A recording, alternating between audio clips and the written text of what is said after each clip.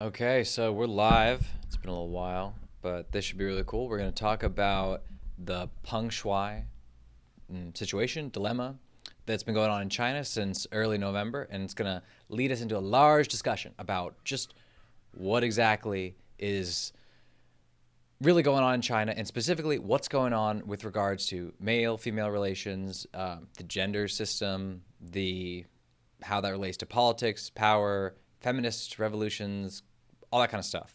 And so briefly what we're going to do, we're going to talk about Peng Shuai, the whole background to that story. Then we're going to talk a bit about the historical pattern of male-female relations in China, a bit about like the kinship system that China has and how that functioned and how it's gone and what that means. Then we're going to talk about kind of what is going on now and what the current layout is at like a broader demographic level. So the number of men, the number of women, marriage, all that kind of stuff. That we're gonna talk about that, and then we'll kind of tie it back at the end. Just talk about Peng Shuai again, and sort of bring it back. Just sort of get a handle on what we can expect to happen in China and what sort of ambitions or hopes are really just misguided. Like, should we expect something like a Western-style feminist revolution in China or something like that? Or what might that look like? Why might that happen if it does or doesn't happen? Those are sort of some of the questions. And then we'll probably, end there. And I'll just talk kind of about what to expect for Peng Shuai because people are interested, and it's not really the best story there.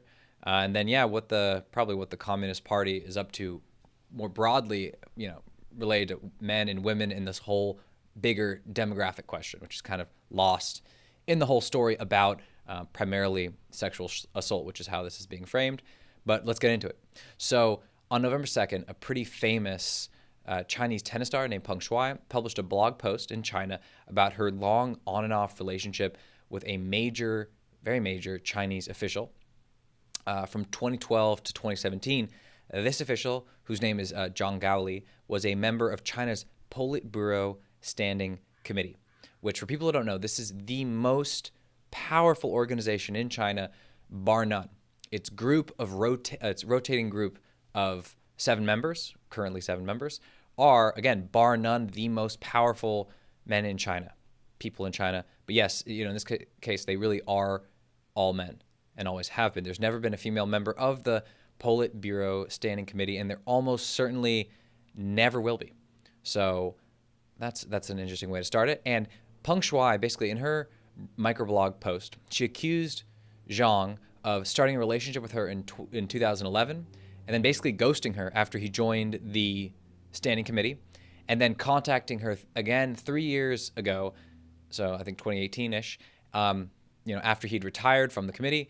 And then she also suggests that he, at that second meeting, that he coerced her into sex to some degree. That's not what we're going to really be talking about, but that's really what Western media has focused on. So Western media has basically turned this microblog post and this whole situation into, a story about sexual harassment, and it's largely been viewed basically through the Me Too lens that really sort of engulfed the West, maybe at whatever, 2015, since 2015, 2016.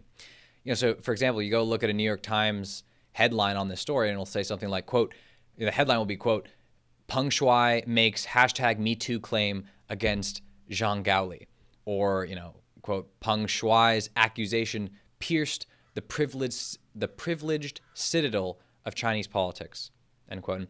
And, basically this whole story has been focused on how, which is true, that this is the first major example of a sexual harassment allegation against any Chinese official at the level of the Standing Committee. Well, that wasn't really true. It was more, this is the first major outspoken claim of some sort of relational impropriety at the Standing Committee level. The whole issue has, this whole issue, at least in the West, it's really been morphed into basically fit our prevailing preoccupation, which is making it about yet another example of sort of how there's a need to improve. How would I say? So about basically there need to be improvements in the rights of women, the rights women have to defend themselves against the sexual advances of powerful men, and that is, what we saw in Hollywood and what we saw in other ways in the West. That angle actually fits, the narrative a bit in China pretty well because, this developing narrative, soon after Peng's post, she disappeared. And then within minutes of her post actually coming up on the Chinese internet, everything related to her or tennis or Zhang, was all scrubbed off the Chinese internet. So there was, this is what was happening. So it really seemed like there was a massive retaliation against this woman. But you also got to remember, we'll get to it later, but this is more about the structure of Chinese politics writ large than any sort of specific thing with her and anyone else. But major Western press outlets and Western officials, including Biden, they've made really concerned statements about Peng's safety and questioned her whereabouts when all this happened. Because, this is actually a relatively famous Chinese tennis star in general. And, women's tennis is really popular and prominent. So this has spiraled into a whole international incident involving China and its system and how it's oppressing people and oppressing, individuals and stars and all this stuff. So global tennis bodies are now responding and taking sides and acting out and getting into a whole thing about this. So as of December 7th, the World Tennis Association has suspended all tennis tournaments in China. They're foregoing millions of dollars in revenue in the process.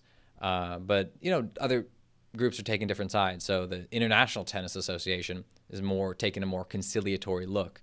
It still advocates for Peng Shuai and wants to say they support her and want to know sure she's safe and all that.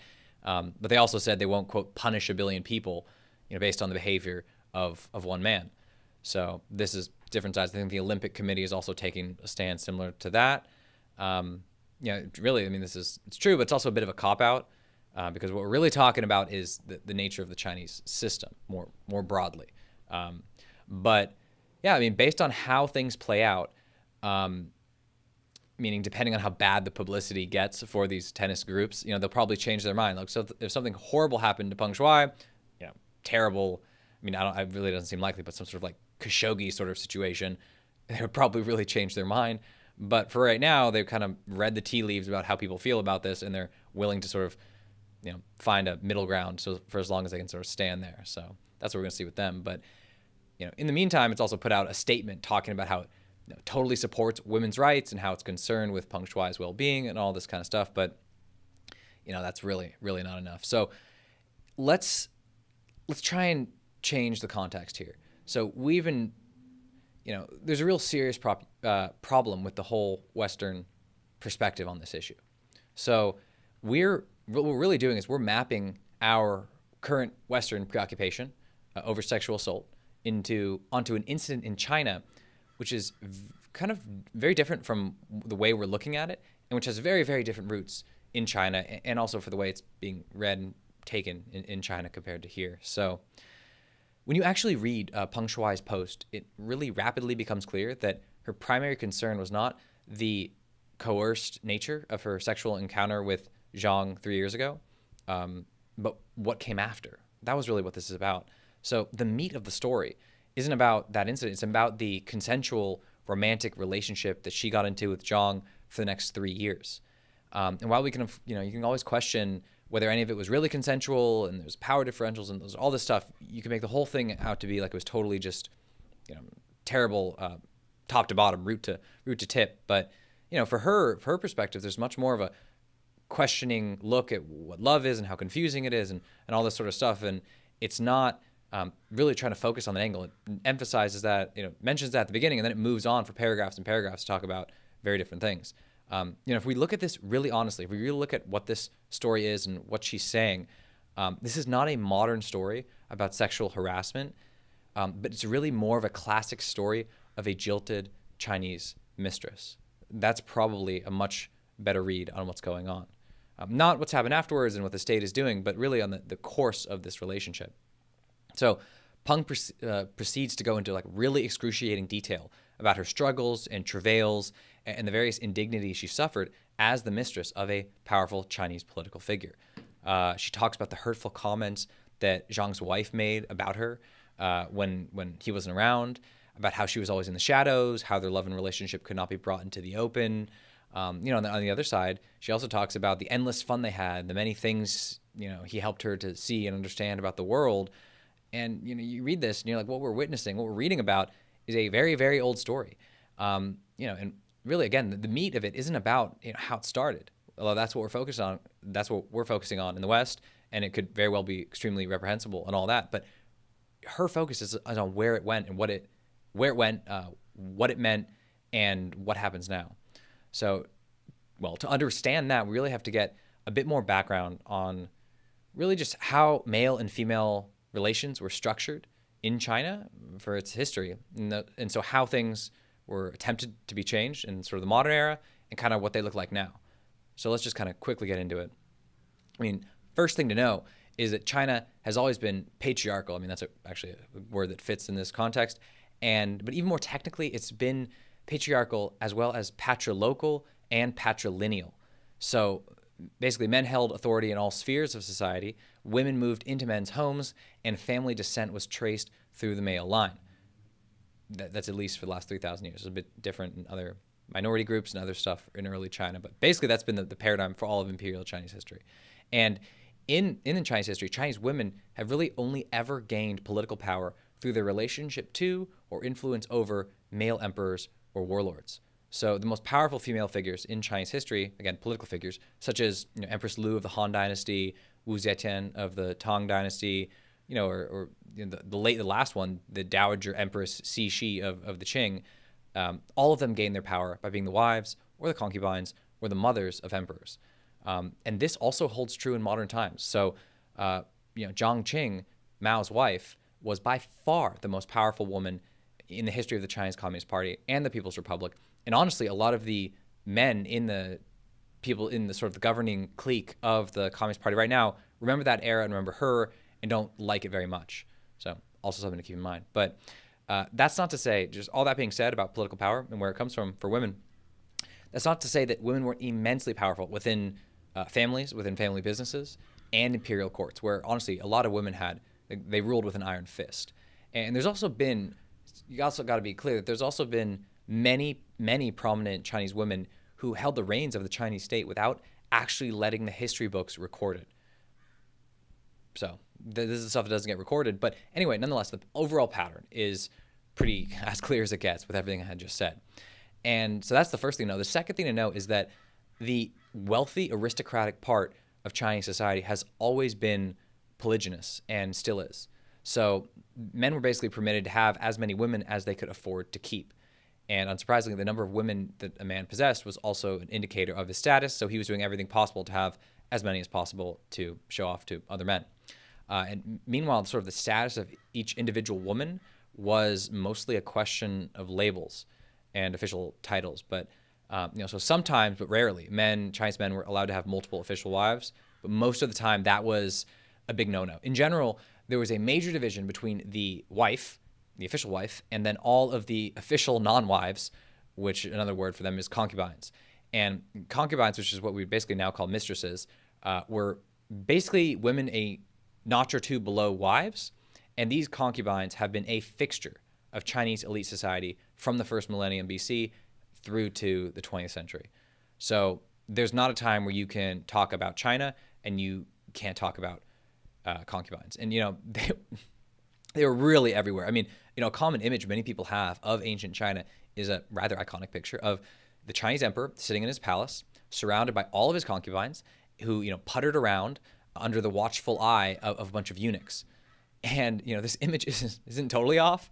They actually probably in different parts of the building, that kind of stuff, but really this fits. And it's weird because concubines and eunuchs in particular, both these, so eunuchs are sort of gelded men who were they were castrated and they were used to watch women. They were sort of a whole cohort of men that were had authority over sort of the domestic private sphere of the palace, which included all the women and other things. And they, also the Ottoman Empire, a lot of empires have done this. There's pretty obvious reasons why they're doing this. And in Chinese history, concubines and eunuchs, they seem weak and captive and all that, but they found a number of ways to assert power, and they repeatedly played a very large role in Chinese politics. Eunuchs, concubines, this is not, it's a very different world from what we're talking about and what we're used to, but they were a very big deal in Chinese history for all sorts of reasons. But anyway, the practice of concubinage, of men possessing multiple concubines at all, that was officially ended in 1950. actually in one of the first major acts of the new People's Republic, so of the new communist China. So the new civil marriage laws, which Mao actually signed into force, purposely to kind of show this was a big break. I mean, among other things, they banned child marriage and they required the consent of both parties to a marriage and all this stuff that we all just take for granted, which never existed in China. In general, these laws were meant to signal a strong break with the past and, the birth of a new, modern, and more egalitarian China. So in many ways, that was true. You see China now, it doesn't look at all like, foot-bound women with no rights, in compounds with all sorts of other women. That's all gone. But in many ways, so that was true. But in many ways, this law didn't change everything. Just changing the laws doesn't change behavior and doesn't do it automatically.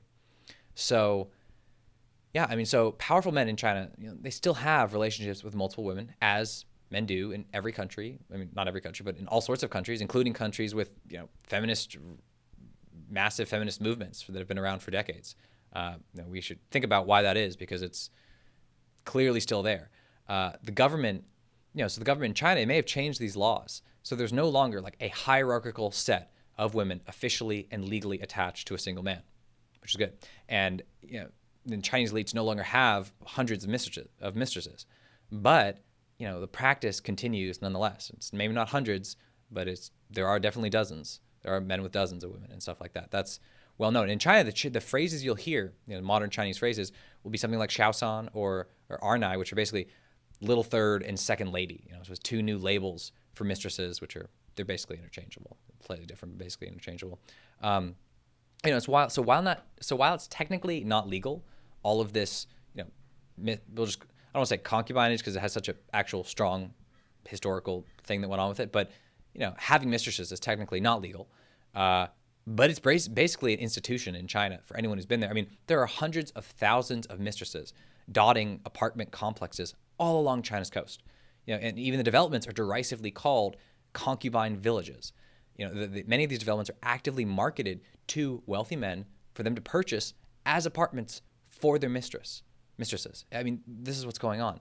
That's what's going on in sort of the wealthy. And in the interior, meanwhile, in the interior, local officials in China are notorious for their extravagant treatment of their mistresses.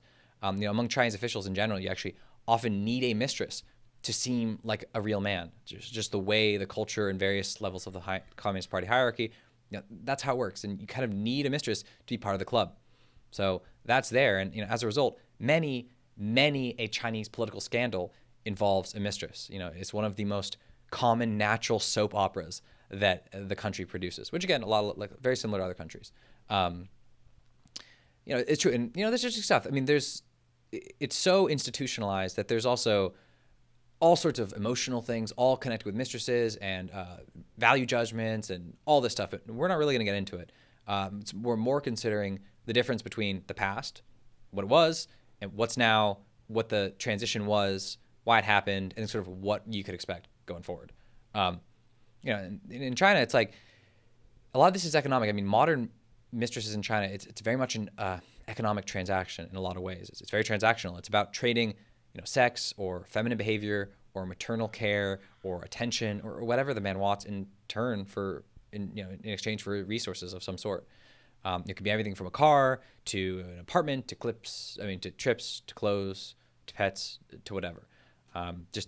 Sociographically here, many of the women who are mistresses, obviously this actually covers a massive amount of people, but one common set that's just a very common course is basically there's a lot of rural women who are mistresses, and it's basically what they become because it's the best of a bad set of economic opportunities. So a lot of women, these mistresses, their lives often involve moving through hostess roles or karaoke bar roles or whatever, and then possibly meeting, to try and possibly meet men who can move them up the scale, put them up in different places, whatever it is. That's something that's going on. And a really weird thing about sort of the way things have played out now, which relates to Peng Shuai's story, is that old school concubines were basically mistresses of powerful men, but they were also actually afforded all sorts of legal rights and privileges and status that modern mistresses don't have. So the modern Chinese law, it equalized things between the sexes on paper and in practice in a lot of ways. But because people didn't change their behavior, it means that a lot of the mistresses were kind of left in the lurch, right? So you used to be a concubine. It was terrible. I mean, you had to call like the guy master. You had to do all this kind of thing. So it was definitely a subordinate relationship, obviously, as the concubine thing implies.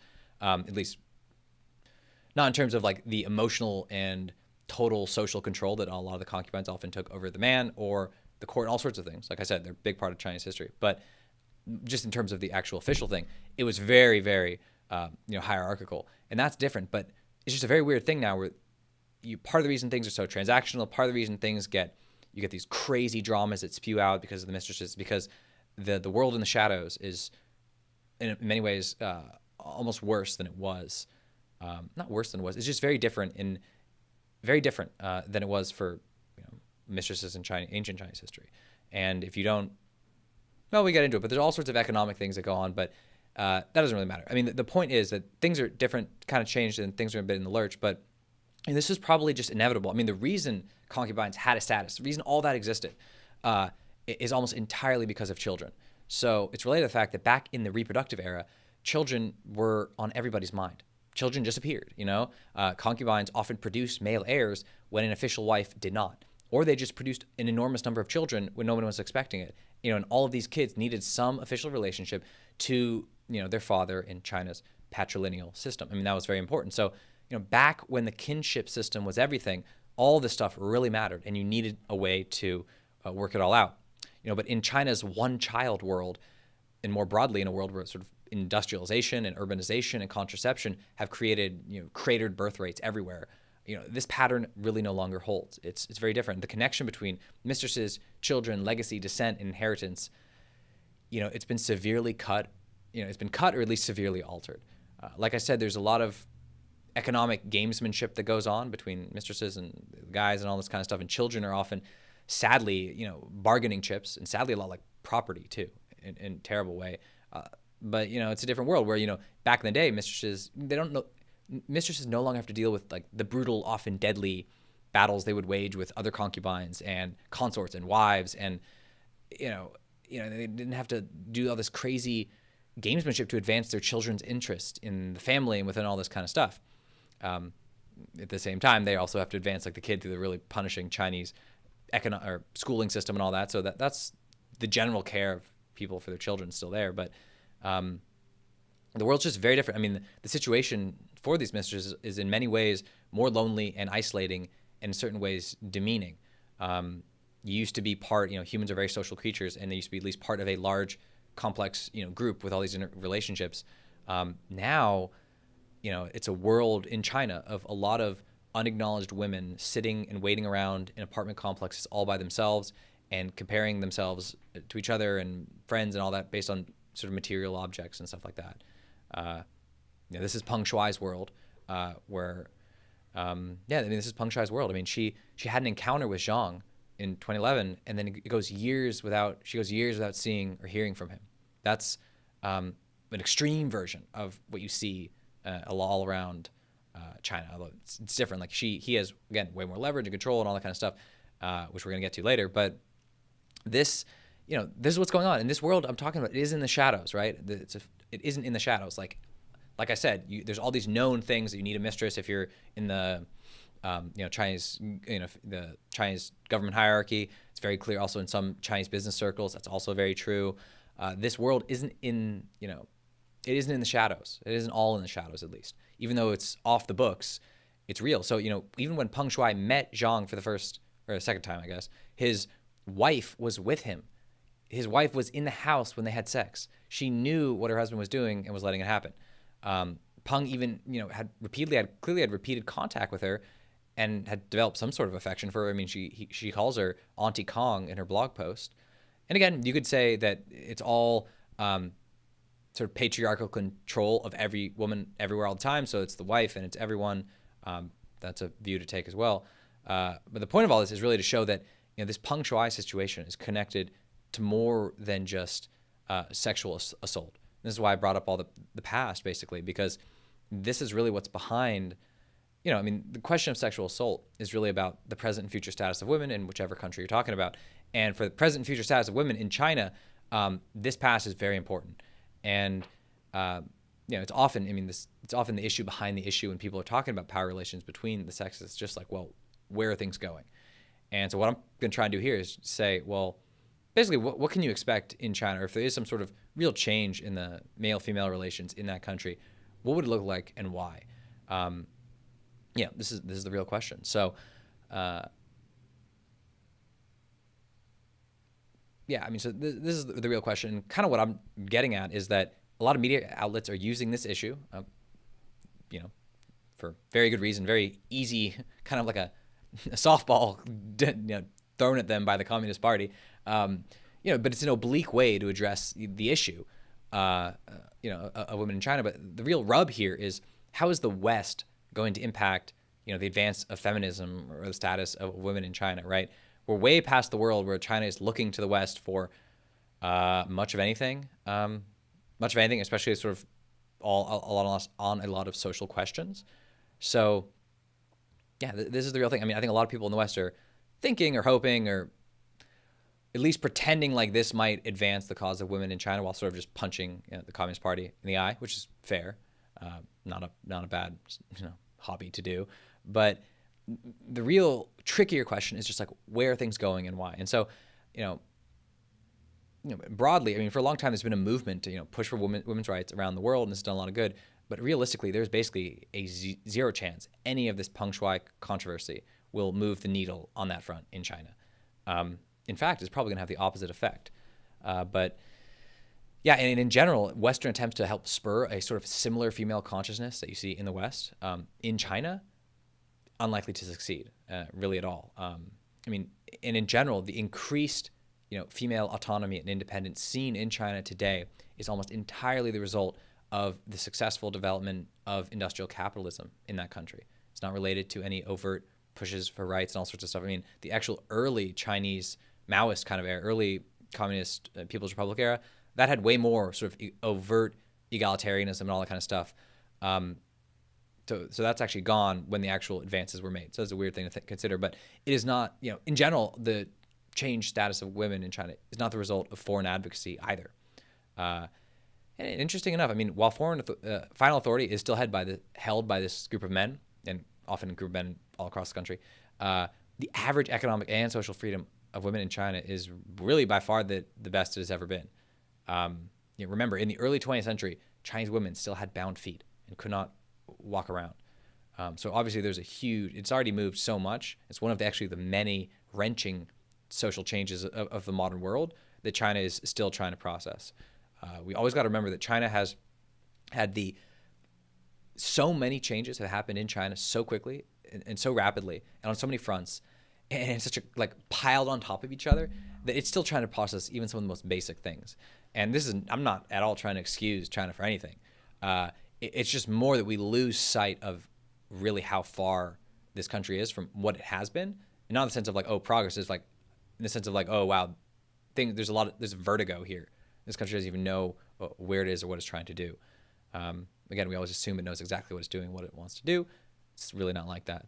And so just in general, the changes China's going to see going forward on the male-female sex relations front, it's going to be the result of further economic and social changes really stemming from China's continued development or undevelopment, de-development if things go bad.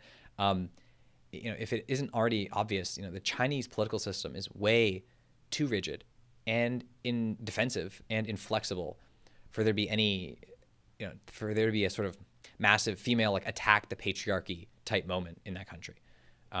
Just as there have been no real human rights revolutions or environmental revolutions or anything like that in China in terms of advocacy and overall awareness and consciousness. It's that's not what's going to happen. There's a lot of reasons, really, really a lot of reasons you go into about why. But I'm going to shift now to what if the past history of male-female relations, concubines, mistresses, all that is really useful for getting a broader context for this story. The other thing, which is more immediate, is basically the demography of China, which this is where the Communist Party is going to focus its energy. This is where really the most profound changes between men and women are going to take place, almost certainly, and perhaps also all around the world, definitely in China. So that's what we're going to talk about. So the really momentous shift in the relations between males and females in China has way less to do with any of the stuff we're talking about. It's all about demography, which, again, this is a bit of a disturbing element as well, what we're going to talk about, but you kind of need it. All the stuff about China is really disturbing. You just kind of get used to it. And you don't try and, if you have a certain value judgment at every step of the way, you can't even make your way through it. So good to keep in mind. But yeah, and I mean, just to be clear, just to set expectations here, this whole thing is twisted, and you should be infuriated with China about all this stuff. And I'm really not excusing anything. I mean, the problem today that I just see is that the media is so eager to feed us bold headlines in general. And on China, these bold headlines are always trying to get us mad, basically, but which is fine. But they also do it without really giving us any context. And so we're mad and we're amped up, but we're quickly sort of confused and disappointed and frustrated and angry as well. So I'm all happy to see the headlines and see, Peng Shuai's gone and all this, and and say screw the people, screw the Politburo, screw this, they're terrible, they're all that. That's all fine. Just at the same time, try and keep the some of this context in mind, because otherwise you just end up confused and disappointed and just further lost, because you're only given tiny headlines on a country with thousands of years of history and over 1 billion people. It's crazy. But yeah, anyway, going forward, China is not going to see anything like a sort of a feminist movement like we're used to. I mean, if the feminist movement they're going to see is more of actually what Korea is seeing right now, but that's a different story. But women are not going to go and try and take on sort of a male-dominated system in sort of the way that has sort of been one of the strains of thought that has been prominent in the U.S. for the last 50 years. In fact, the government is almost certainly going to try and meddle into people's private lives more than ever in the coming decades. And this is in the place that implemented the one-child policy, which people don't know how that was implemented. That's something to think about, something to learn about too. On average, China's real problem with gender or sex relations is really, it's not power differentials in this kind of story of like one of the 7 most powerful people and his like one mistress, which is honestly, you look back at China's history, again, like hundreds, dozens, it's very different. It's bad, but it's like still very different from what the past was. I gotta say, it's a real thing. Anyway, that's not important. The real problem isn't these power differentials. It's getting the sexes to interact at all. So Chinese weddings are at their lowest point in 13 years. The Chinese birth rate is the lowest it's been since 1978. And even Chinese divorces are dropping because the marriage rate is so low. China is now the fastest aging country in human history. Basically, that means because they're not having enough kids to keep the age low, right? So people just keep getting older, and there's not enough young people to actually pull the overall age of the population down. If your country is aging, it means you're not creating new humans who are young. And yeah, that's what's going on in China. And also, I mean, China's population was just revealed to have been massively overcounted, and it's systemically and intentionally overcounted to limit the apparent problem, the apparent severity of all of these things that I'm mentioning. So it's actually much worse across the board. So a lot of these numbers and stuff that I could get into, they're actually probably worse than they look. So I probably won't get into as many. But what all this means is that China is going to have to face profound challenges in less than 25 years that other countries like the U.S. have had 50 years to get a handle on. Or have 50 years, maybe 50 years, at least the U.S., to get a handle on some of these problems going forward. I mean, just in general, what I'm going to talk about is just the demographic problem here, which is not totally ignored, but is so underplayed. It's like really shocking across the world. I mean, the whole world is facing a profound crisis, basically because the population isn't, at least in advanced countries, is not propagating, is not continuing. And there's a lot of reasons. I mean, the relations basically between the sexes are so distant and strained, and the interdependencies are so weakened, and the ties in general so much more fragmented than before, that many nations are facing national decline and dissolution simply because they won't have enough young people to power their country into the future. And that includes China. But the difference between China is that, and the reason I'm bringing this up is because other countries don't have the state capacity to try and like impact these things. They just kind of have to deal with it. China, again, which implemented the one-child policy to deal with population overpopulation, will almost certainly try to do something, and is already trying to do certain things to deal with underpopulation. And we'll get into that a bit later. It probably won't have any success, but good thing to keep in mind, because this is where things are really going. And yeah, and this really matters in China is basically the way to think about it. I mean, yeah, and so again, just to get to the male-female thing, in China, there's basically a two-tiered society. So there's the men at the top, and then there's like, and these men, they have mistresses and wives and all this stuff and whatever, all sorts of women are around them or associate them, whatever. But the other side of the story is that China also has, maybe 40 million or more men who will literally not even be able to find a spouse. So China has the worst sex imbalance in human history. The Chinese emphasis on males extends all the way down to child preferences. So, for decades, female children were abandoned or aborted so sons could be born, to carry on the family line and to care for their parents in old age. As a result, there are now like literally too many men and far too few women. And these sex imbalances are a really, really big deal. So also just think about that. Like if some of the guys at the top, although there's not that many, like have multiple women associated with them, that means there's even less women for the guys at the bottom. And like I said, sex imbalances are a really, really, really big deal that aren't mentioned enough. They impact human behavior in pervasive and systemic ways. Way beyond sort of the number of people can hook up with or whatever. That's really not what it's about. And it does this for more than just humans. I mean, this is a big deal. The ratio of men to women, or males to females, females to males, in any sexually reproducing species is a really big deal. Just to get a sense of what I'm talking about, just imagine how different people would act. If there's a bunch, let's say people are left on an island, all alone, there's no one else there, and there's just, there's 3 men on the island and 7 women. How does that impact how these people relate to each other? Versus, how about if the island had 7 men and 7 women and 3 men, right? You flip it. You can just quickly, you can imagine, all sorts of things would probably be different, right? And these behavioral changes, you can even see them everywhere in the U.S. Like go to any American college campus, which is now 2 women for every 1 man, and there's very big and socially controversial changes that are behaviors that are going on there. It's a big deal, and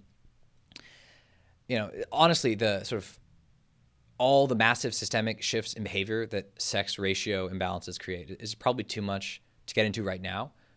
But suffice to say that one thing, I mean, it's very likely probable that the fact that there were so many men was one of the factors that contributed to powering Chinese economic activity in the 1990s and 2000s, right? So early on, all these guys are basically trying to make themselves as desirable to a potential spouse as possible, and the result of that is people working like 2,200 plus hours and all this kind of stuff and building everything in the country. It definitely probably has a GDP relationship, but suffice to say for now that like the tens of millions of basically surplus males in China in reproductive terms, this is something that's never been seen before in human history. When you add in the declining fertility in China to this massive sex imbalance, as well as the breakdown of the Chinese kinship system, because there's just the one child. For the younger you get in China, the more broken the family system is. And you add in also the increased opportunities for an autonomous, if lonely, single existence in the country. And it becomes all too clear that the real problem is not just these sort of all-powerful males at the top, which is kind of the way that this is really framed, and sort of a pure feminist reading of things of the patriarchal China that I'm talking about would be focused on these males, but it's really the relations of all of the different parts of the society and their numbers and their the relations over sort of the life cycle of a human that should be the sort of broader focus. But yeah, I mean, the problem in China, you take all this, the kinship, you take in the declining fertility and the lonely single existences and the breakdown of the kinship system, all that kind of stuff. And the mass male irrelevance at the bottom of the scale may be just as important. It's probably more important than some of the all-powerful males at the top. And yeah, and more broadly, the sex imbalance thing is doing a lot to contribute to the erosion and weakening of the ties that really bind people and families and larger social groups together into one unit. It's yeah, I mean, as there's an old Chinese proverb. It basically says, "Protect the home, protect the country." And so, well, I mean, that really, again, so this is true. So basically, what I'm saying is that there's the sexual assault focus and the sort of in sort of the valid autonomous, lives and dignities of men and women that all has to be respected. That's part of it. And then there's also the relations of the different groups, en masse. And I'm saying that both have to be really considered, and that the demographic issues of like, well, how do 58-year-old women and 58-year-old men relate? I mean, is this the same? Do we talk about all these things as one or whatever? That's the thing. But the focus. So that's the thing. The demography is a big focus, but the problem is that the Chinese Communist Party is also focused on this one too. So the party's been emphasizing family and fertility in its characteristically sort of ineffective and ham-handed way for social policy, for a long time. And yeah, I mean, it's awful. And just the Chinese Communist Party taking its hand, like sticking its hand into everyone's relationships, sounds terrible and dystopian, and is. But most of the potential outcomes of China's demographic bust are just as bad. So, like I said, the Chinese Communist Party is not going to take a declining population lightly, and it's going to go on an increasingly overt, basically a breed for the motherland campaign. That's going to be pretty awful to watch before it fails. But that's what people need to be aware of. I mean, so behind, it's almost another way to say that the story, the Peng Shuai story, is, if you take the sort of the feminist perspective that's being promoted about it, it's actually even worse than you imagine. Because not only will this all-powerful group of men at the top not change their behavior as a result of this incident, they're also going to, in fact, try and get women across the board in China to basically contribute, to maintaining their power by basically having more children, right, to keep the economic system and all that moving and going forward. So it's even worse. It's basically, the feminist dilemma in China is even worse than it appears because of that. But like I said, it's going to fail anyway, so it's probably not worth it. But, and then the other side of that is also, if things fail in China and this whole system, just collapses, that's also terrible for Chinese women. And honestly, usually this stuff, you get far enough in this range of thought, and I tend to think that people don't actually care as much as they say about this stuff, because you take it all the way, and you're usually dealing with like a bunch of bad options, right? You're actually dealing with something that's real when it's just terrible trade-offs with terrible decisions, at least when you're talking about China. So that's the way it goes. But let's bring this back to Peng Shuai really quick. First, things don't look especially good for her. Targeting a former member of the Politburo Standing Committee in so blatant and public a way is a very dangerous thing to do. It was also probably a stupid and emotional decision, right? This is probably, and also just the read of her blog post. She's really implying that she's very emotional and trying to deal with everything that's happening. So it's really unfortunate that this whole thing. I mean, again, it's like, I think it's unfortunate because I don't think this is going to move the needle for women in China. I don't even think that a series of these incidents is going to move the needle. I think it's going to be drowned out by the demographic challenges the country is facing, and then more broadly, economic and military and political, all sorts of other challenges. So that's part of it. But also, these Politburo, just personally for her, like, the Politburo is very concerned with maintaining face and public perception. And the whole incident looks really bad for the whole ruling clique in China. So, Western media is right to be worried about her, and elevating her profile through stories like these, while it might not do anything for Chinese women writ large, it could do something for her, just in the sense of like, she can't just totally disappear because people in the West would be angry about it. That's a good thing. So that's a good thing. But, the problem for, Peng is that, Western politicians and corporations and journalists and media companies just have very little control over what happens in China. And they can do very little for her. I don't know where she is in her career, but if she was sort of trending towards the end of her career anyway, it ain't a good thing. And what's worse is that even if Peng is suddenly saved or supported by the West, this could make her come off as a traitor within China, right? So this is something where you're trying to do something immediate to protect her sort of safety and health, but long term, nationalism is one of the only programs that's still running in China, effectively, like a computer program that's running without crashing, and it's actually because it's one of the only ones that often overwhelms everything else. And China's very focused on nationalism right now because it works. And the truth is, for all Peng has gone through, it's almost certain that she still loves her country, loves China, isn't looking to become a global firebrand in a sort of crusade to transform China due to some Western notion about how it should look. Most Chinese people are very proud of how far their country has come in so short a time, as they should be, and aren't looking to become an iconic figure for foreign groups that could easily seem to be trying to undermine it. So, yeah, anyone who's kind of interacted with Chinese people on the internet or whatever, especially in recent years, this is a very common thing. Chinese people are trying to make a sense for what their newfound power and status in the world implies about the people and its character and its essential value and its sort of comparison or ranking in a hierarchy of human groups, right? That's as human ethnic groups or religious groups, whatever you want to call it. That is a big part of what's going on, and so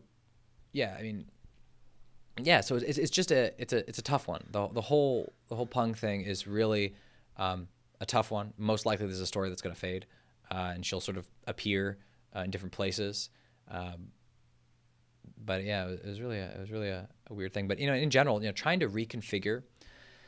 One of the ironic things here is that trying to reconfigure the Chinese state into a sort of more equalitarian paradise was actually one of the original goals of the Communist Party. This is what's always so interesting about when more liberal values are talked about. Not even liberal ones, but just sort of like human rights, environmental, women's rights, all these sorts of things that are associated with the left in Western countries. So many of these things were part of communism, and so they were really implemented in various ways during the early years of the Communist Republic. Like I said, Mao himself signed in the marriage law that abolished the old concubine system, and although he was also sleeping with teenage girls on the side, so it was more of an aspirational thing and something that applied to others rather than him. But in general, though, the whole dream of the I don't know, equalitarian sort of, or more of a equal gender, sex world system in China, this dream faded as China focused on modernization and industrialization and economic development. And in the process, China reverted to its familiar social norm at the top, while at the same time, the masses experienced just unprecedented relational changes stemming from Chinese industrialization and its other policies. The one-child policy, everyone moving to the cities, all this kind of stuff has been a massive, difficult thing to process. And so getting to the end here, I'll just say, expecting any sort of massive shift in the Chinese political system on the sex front. So something like the presence of women at the very top of the political hierarchy. This is a fool's errand. If Chinese politics makes a big shift in the next 15 years, it's not going to be from a patriarchy to more of an egalitarian system, like we're imagining or people are envisioning. But more likely, instead of that, it'll be just from order to chaos, total chaos. That is far more of the expected massive shift that China would experience. Yeah. And then, there's the last thing, unfortunately for the party and fortunately for people who care about human individual freedoms, forcing people to have children and to care for them for 20 years is way harder than preventing or, forcing people to not have children. No industrialized country has ever found an answer to this problem, and China has even less time to figure it out than people realize. So it probably won't find an answer. But like I said, if women start getting sent to camps to go have children or something, this is kind of what we're talking about. And yeah, I mean, but yeah, I mean, regardless of what happens, is wrenching social changes are coming again, and the China's probably not going to move through this very gracefully. But whatever happens, there's definitely going to be a uniquely Chinese situation and attempted solution that we're going to see. So I hope that was helpful. So I wanted to give just some broader context for the Peng Shuai story that involved going through some naughty problems or contemporary issues around sex relations, and for that I had to talk about some of China's just historical patterns, which are just there for everyone to see. Some of the basic semi-institutional patterns that exist right now for anyone who's been there or knows people like that are just there for everyone to see, and then sort of talk about just where things are going and what is worth trying to expect or not expect or hope for, and that was all kind of what it's about. I mean, be honest, I don't think most people in the West particularly care that much about any sort of revolution in China. I think they're more interested in sort of destabilizing it or undermining it or something like that. So I think communists are right on that sense. Again, it's good when it fits with something like, hey, there's an issue that just is handed to us about a coerced sexual event or sexual encounter, and then all these years of stuff, and then a woman's disappearing. I mean, it's basically being handed to everyone in the West, media companies and stuff to run with. But in general, they're running with it without giving people the broader context. And I think that's really useful, because if you start hearing scandals, or you start seeing crazy incidents with women, or you start hearing, women are protesting in major Chinese cities or something like that, are we looking at something that is women trying to take control of the sort of male-dominated political system? Or is this more of women trying to keep space to themselves, not wanting to conform to traditionally very rigid family marriage customs that sort of remain in China, and all this kind of stuff? I mean, this is the broader context. So yeah, I hope it was very helpful, and until next time.